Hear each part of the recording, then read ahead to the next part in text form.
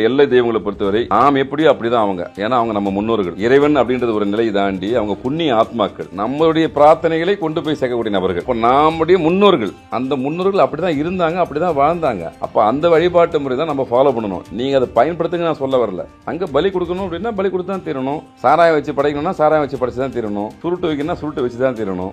அங்கே போய் நான் சுருட்டு வைக்க மாட்டேன், சாராயம் வைக்க மாட்டேன் அப்படின்னா எப்படி காவல் தெய்வங்கள் வரும்? எப்படி சந்தோஷப்படுத்த முடியும்? 1000 தான் இருக்கு உங்ககிட்ட, எல்லா வசதியாக இருந்தும் இல்லாத ஒரு நிலை உங்கள் குடும்பத்தில் ஏற்படும். நல்லா லக்ஸரியாக வசதியாக இருப்பீங்க, மிகப்பெரிய ஒரு வேலை வந்து உங்களுக்கு உண்மையில் ஒரு சராசரி மனிதனுடைய வாழ்க்கையில் நடக்க அனுபவிக்கக்கூடிய விஷயத்தோட அனுபவிக்க முடியாத நிலை ஏற்படும். கண்ணுக்கு தெரியாத தரையில் ஏற்படும். திருமண வாழ்க்கையில் சொன்னப்புங்க ஏற்படும். ஓப்பனாக சொல்ல போனால் மாடி விட்டு ஏழையாக உட்காந்துருப்பீங்க. ஏன் அதை மாற்றுறீங்க? என்ன காரணம்? உங்களுக்கு எல்லாத்துக்குமே கட்டி காப்பாற்றுற தெய்வம் யாரு? குலதெய்வம் தானே. ஓடி வந்து ஆபத்து நினைக்கிற தெய்வம் யாரு? குலதெய்வம் தானே. உங்களுக்காக இறைவங்கிட்ட போய் பேச கேட்க வேண்டிய முக்கியமான நபர் யாரு? குலதெய்வம் தானே. இவங்க முதல்ல யாரு நீங்க புரியுனா அந்த பிரச்சனையே வராது. உங்க புண்ணிய ஆத்மா, உங்க சொந்தம், உங்க டிஎன்ஏ. ஐயா திருமணத்துக்கான ஒரு உதவி செய்யுங்க, எங்க குடும்பம் நல்லா இருக்கணும், பொருளாதாரம் நல்லா இருக்கணும் கேட்டுனே இருப்பீங்க. போய் எங்க போய் சேர இடத்துல போய் சேரணுமா இல்லையா? சேரவே சேராது. குலதெய்வ வருவத்தில் இல்லைன்னா நீங்க 500 சாமியை கும்பிட்டாலும் பரவாயில்ல, பிரச்சனை இல்லை. 100 கோயிலுக்கு கும்பாபிஷேகம் பண்ணாலும் 10 காசுக்கு புரோஜனம் இருக்குமானா இருக்காது. நீங்க அசைவத்தை சைவமா மாத்ததோ, சைவத்தை அசைவம் மாத்ததோ, இந்த குலநடைபடி வேலையை தயவு செய்து குலதெய்வ விஷயத்துல செய்யாதீங்க. அது தேவையற்ற சங்கடத்தை உங்களுக்கு மட்டுமே இல்ல, அடுத்த தலைமுறையில. வணக்கம். இன்று நம்முடன் பாலாறு சுவாமிகள் அவர்கள் இணைந்துள்ளார்கள். வணக்கம் சார். வணக்கம் ஐயா. குலதெய்வம் குறித்து நிறைய நம்ம பேசிட்டு இருக்கோம். குலதெய்வ வழிபாட்டில் மாற்றங்கள் செய்வது சரியா? ஏன்னா காலங்காலமாக ஒரு முறையில் வழிபட்டுக்கிட்டு இருப்பாங்க முன்னோர்கள். இப்போ கொஞ்சம் நாகரீகம் கருதி அந்த வழிபாட்டு முறைகளில் கொஞ்சம் வீரியத்தை குறைக்கிறதோ இல்லை அந்த மாதிரியான ஏற்பாடுகள்லாம் முறையா? என்ன நாகரிகம்?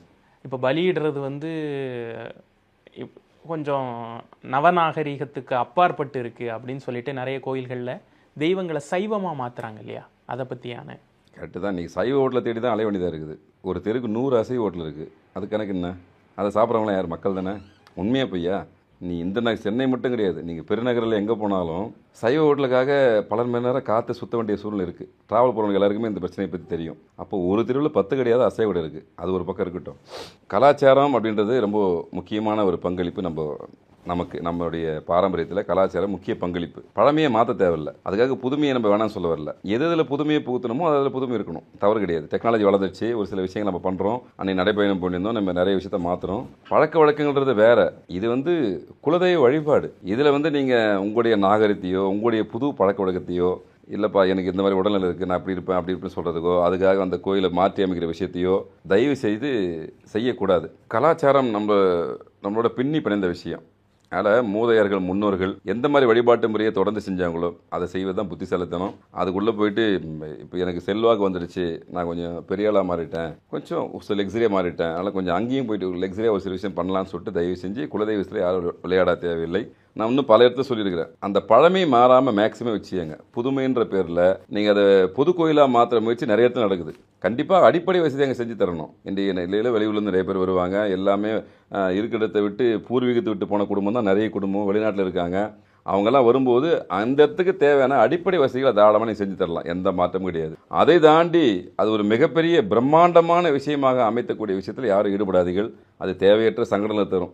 நம்மகிட்ட பணம் இருக்கலாம், காசு இருக்கலாம், எல்லாம் இருக்கலாம். ஆனால் அதுக்காக அங்கே தான் போயிட்டு இந்த மாதிரி செய்யணும் அப்படின்ற விஷயங்கள் தேவையில்லை. இப்போ என்ன காரணம் அப்படின்னா, நீங்கள் ஒரு குலதெய்வமாக இருந்தாலும் அது சுற்று வட்டாரத்தில் நிறைய ஒரு சமூக மக்களை சார்ந்து ஒரு குலதெய்வமாக இருக்கும். ஒரே சமூகத்துக்கு 4 குலதெய்வம் இருக்கும். இப்படி பல விஷயங்கள் இருக்குது. ஆனால் நீங்கள் நான் செய்கிற பொருளை நீங்கள் ஒரு செஞ்சுட்டு போயிடுவீங்க.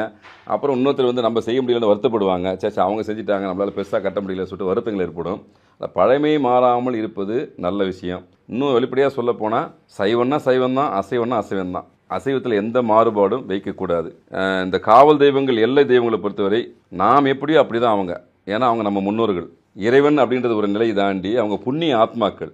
இறைவனுடைய நேரடி கட்டுப்பாட்டில் இருக்கிறவங்க, நம்மளுடைய பிரார்த்தனைகளை கொண்டு போய் சேர்க்கக்கூடிய நபர்கள். அப்போ நம்முடைய முன்னோர்கள், அந்த முன்னோர்கள் அப்படி தான் இருந்தாங்க, அப்படி தான் வாழ்ந்தாங்க. அப்போ அந்த வழிபாட்டு முறை தான் நம்ம ஃபாலோ பண்ணணும். நீங்கள் அதை பயன்படுத்துங்க நான் சொல்ல வரல. அங்கே பலி கொடுக்கணும் அப்படின்னா பலி கொடுத்து தான் தீரணும். சாராயம் வச்சு படைக்கணும்னா சாராயம் வச்சு படைச்சு தான் தீரணும். சுருட்டு வைக்கணும்னா சுருட்டு வச்சு தான் தீரணும்.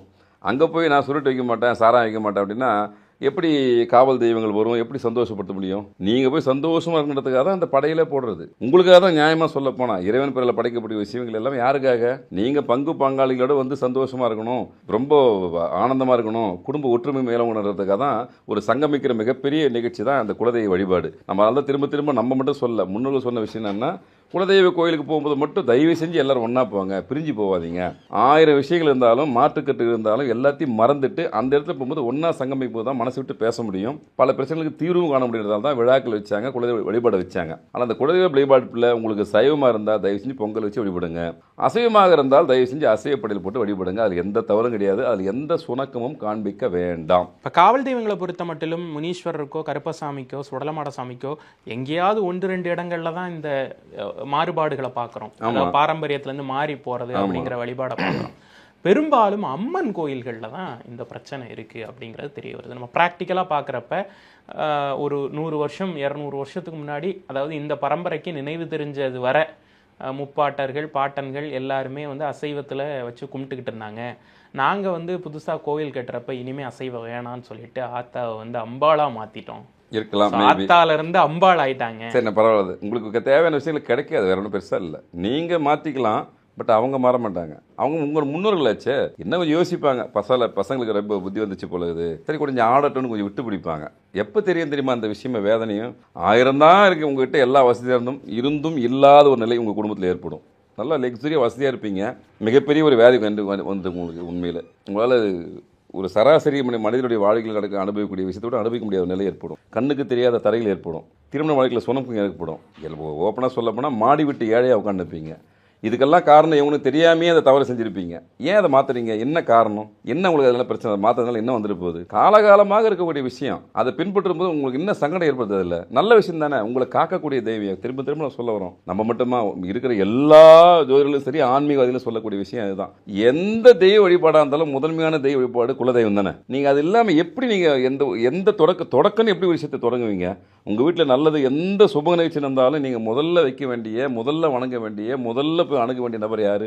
குலதெய்வம் தானே. உங்களுக்கு எல்லாத்துக்குமே கட்டி காப்பாற்றுற தெய்வம் யாரு? குலதெய்வம் தானே. ஓடி வந்து ஆபத்து நினைக்கிற தெய்வம் யாரு? குலதெய்வம் தானே. உங்களுக்காக இறைவங்கிட்ட போய் பேச கேட்க வேண்டிய முக்கியமான நபர் யாரு? குலதெய்வம் தானே. இவங்க முதல்ல யாரு நீங்க புரிஞ்சினா அந்த பிரச்சனையே வராது. உங்க புண்ணிய ஆத்மா, உங்க சொந்த, உங்க டிஎன்ஏ ஒரு 4 தலைமுறைக்கு முன்னாடி, 5 தலைமுறை முன்னாடி, 10 தலைமுறை முன்னாடி இந்த அந்த மண்ணில் பிறந்து வளர்ந்து ஆட்சி செய்து எல்லாத்தையுமே ஆண்டு அனுபவிச்சு பரம்பரை சேர்ந்தவங்க தான் அவங்கெல்லாம். ஆண்ட பரம்பரை சொல்லுவோம் இல்லையா, அந்த மாதிரி அந்த மண்ணில் உதிச்சவங்க அவங்க. உங்க மண், உங்க டிஎன்ஏ. அவங்க அப்படித்தான் வாழ்ந்தாங்க. அப்ப அந்த வாழ்க்கை முறையில் பெரிய சிதைவுகளை நீங்கள் ஏற்படுத்திடாதீங்க. நாகரிகம் என்ற பேரில் எந்த விஷயத்த வேணா செய்யுங்க. குலதெய்வ வயசில் நாகரிகம் என்ற பேரில் நீங்கள் எதை செஞ்சாலும் அது அபத்தமாக முடியும்.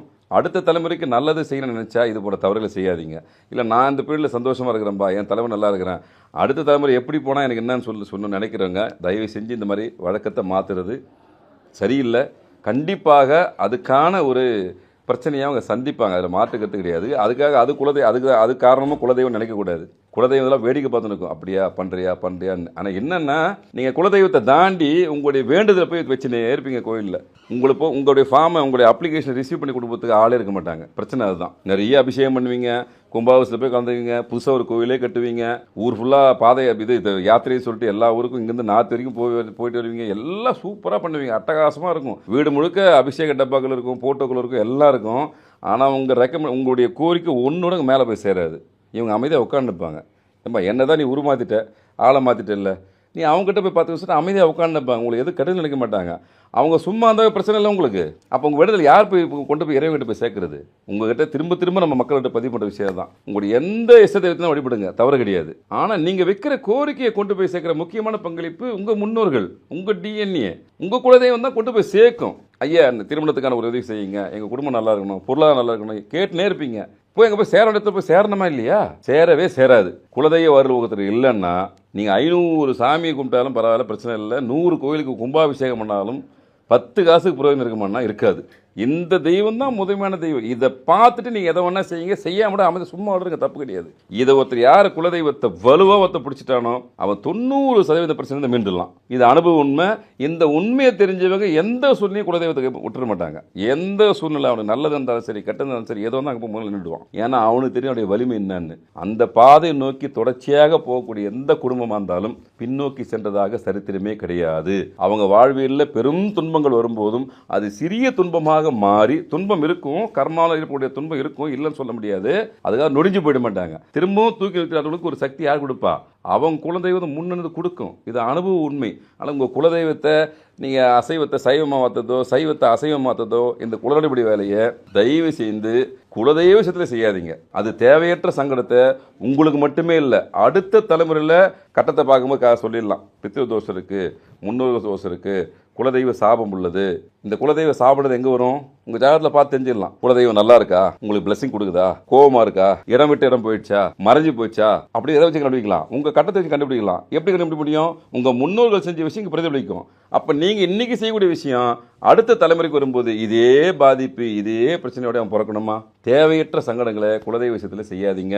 அது உங்கள் வம்சத்துக்கு சரியில்லை. உங்கள் மற்றதெல்லாம் விட்டுருங்க. வம்ச விருத்திக்கான விஷயங்கள் பல இடத்துல இல்லாமல் போயிருக்கு. நிறைய பேருக்கு பார்த்தீங்கன்னா ஒரு வீட்டில் 5 பேர் இருப்பாங்க, திருமணமே நடக்காது. திருமணம் நடந்திருக்கும், பல பிரச்சனை இருக்கும். நான் கண்கூடாக பார்த்துருக்கோம். இதுக்கெல்லாம் பெரிய ஜாதக ரீதியாக, கோச்சார ரீதியாக மற்ற கிரகங்களுடைய விஷயங்கள் இருந்தாலும் கூட முக்கியமான பங்களிப்பு இங்கே குலதெய்வ பிளெஸிங் இல்லாமல் இருக்குது. 5ஆம் இடம் பாதிக்கப்பட்டிருக்கும். குலதெய்வம் பாதிக்கப்படும் போது உங்களுக்கு எல்லா விஷயமே பாதிக்கப்பட்டுரும். நீங்கள் இது எந்த அளவுக்கு இந்த குலதெய்வத்தை வச்சுக்கிறீங்களோ அந்த அளவுக்கு உங்கள் வம்சம் நல்லா இருக்கும். எந்த அளவுக்கு திருப்தி படுத்துறீங்களோ அந்த அளவுக்கு உங்கள் குடும்பமே நல்லா இருக்கும், உங்கள் தலைமுறை நல்லா இருக்கும். குலதெய்வ விஷயத்தில் தயவு செஞ்சு யாராக இருந்தாலும் ஒரு சில விஷயங்கள் அங்கே போய் செய்யாதீங்க, எதிரான விஷயங்களை செய்யாதீங்க. அது உங்களை மட்டுமே இல்லை, உங்கள் வம்சத்தையே வேறு மாதிரி கொண்டு போய் சேர்க்கக்கூடிய ஒரு நிலைமை ஏற்படும்.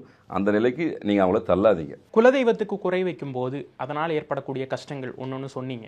அறிகுறிகள் தெரியுமா? கண்டிப்பாக தெரியும். நான் சொன்னேன்ல, நல்லா படிச்சுனுப்பான் பையன், திடீர்னு பார்த்தீங்கன்னா மார்க் கம்மியாக எடுத்துருவான். நீங்கள் வேறு மாதிரி யோசிப்பீங்க, திடீர்னு என் பையன் அந்த மாதிரி ஆகிட்டேன்னு சொல்லிட்டு. ஒரு வீட்டில் பையன் நல்லா இருப்பான், கேரக்டரே மாறி இருக்கும், நிறைய முயற்சி பண்ணுவான், எஃபர்ட் எடுப்பான். கண்ணுக்கு முன்னாடி அவன் செய்கிற எல்லா நல்ல விஷயம் நமக்கு தெரியும், நல்லதே பண்ணியிருப்பான். ஆனால் அவனுக்கு எதுவுமே நடக்காது.